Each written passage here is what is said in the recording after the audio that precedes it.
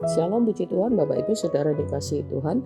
Renungan firman Tuhan hari ini adalah berjudul tinggalkan zona nyaman.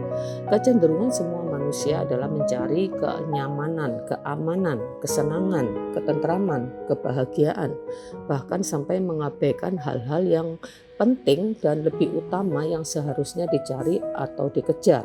Yang penting happy. Namun banyak orang tidak menyadari bahwa ada bahaya di balik zona nyaman yang harus diwaspadai. Zona nyaman yang saya maksudkan di sini adalah keadaan di mana tidak ada masalah, tidak ada kesulitan, tidak ada hambatan, tidak ada penderitaan, tidak ada kesakitan, didukung oleh keluarga yang baik-baik, anak-anak sukses, ekonomi mapan, bisnis usaha lancar, fisik sehat. Namun, banyak orang tidak sadar bahwa kenyamanan adalah musuh dari kemajuan. Karena di zona nyaman membuat orang itu tidak produktif. Zona nyaman juga membuat seseorang melakukan banyak hal itu secara otomatis dan mudah, tanpa perlu berpikir keras atau menguras tenaga karena semua sarana dan prasarana tersedia.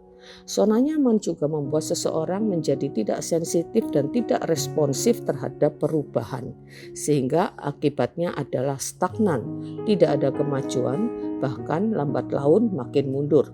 Satu contoh di dalam 2 Tawarik pasal 15 ayat 1 dan selanjutnya itu dikisahkan bagaimana Raja Asa ini seorang raja yang takut akan Tuhan dan membawa perubahan moral, membawa perbaikan di kerajaan Yehuda. Dan Raja Asa ini dikatakan raja yang takut akan Tuhan. Sehingga di masa pemerintahannya Tuhan mengaruniakan keamanan selama 35 tahun. Kemudian di 2 Tawarik pasal 16 ayat 1 dikisahkan bahwa kemudian Raja Israel, Baesa, Raja Israel itu kemudian menyerang kerajaan Yehuda.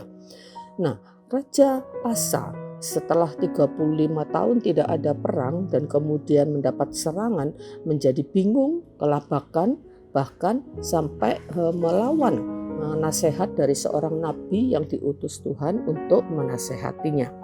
Jadi Bapak Ibu Saudara yang dikasihi Tuhan, mari kita berhati-hati dengan zona nyaman. Kita harus mengenali di mana zona nyaman kita.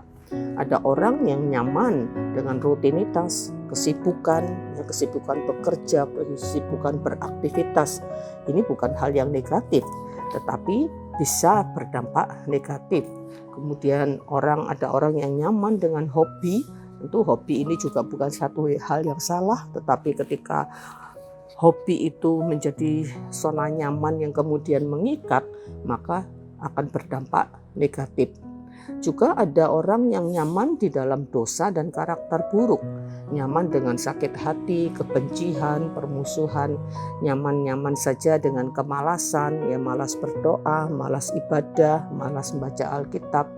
Ada banyak dosa yang dimana orang merasa nyaman dan tidak terganggu. Nah, Bapak Ibu Saudara yang dikasihi Tuhan, kita harus mewaspadai dampak daripada zona nyaman tadi. Dan untuk itu kita harus keluar dari zona nyaman. Kita harus rela meninggalkan atau beranjak dari kenyamanan untuk menuju kepada sesuatu yang lebih penting daripada sekedar nyaman. Memang tidak mudah orang untuk kehilangan kenyamanan, kesenangan, bahkan harus kehilangan fasilitas, harta dan sebagainya. Untuk itu kita perlu percaya, perlu beriman seperti Abraham, di mana Tuhan menyuruh Abraham untuk keluar dari negerinya, meninggalkan keluarganya, meninggalkan sanak saudaranya ke negeri yang Tuhan tidak kasih tahu kemana. Tapi Abraham taat. Dia meninggalkan zona nyaman di tengah-tengah keluarganya dan dia pergi ke satu negeri yang tidak tahu. Apakah negeri itu negeri yang baik, negeri yang subur? Tuhan tidak memberitahu kepada Abraham, tetapi Abraham taat.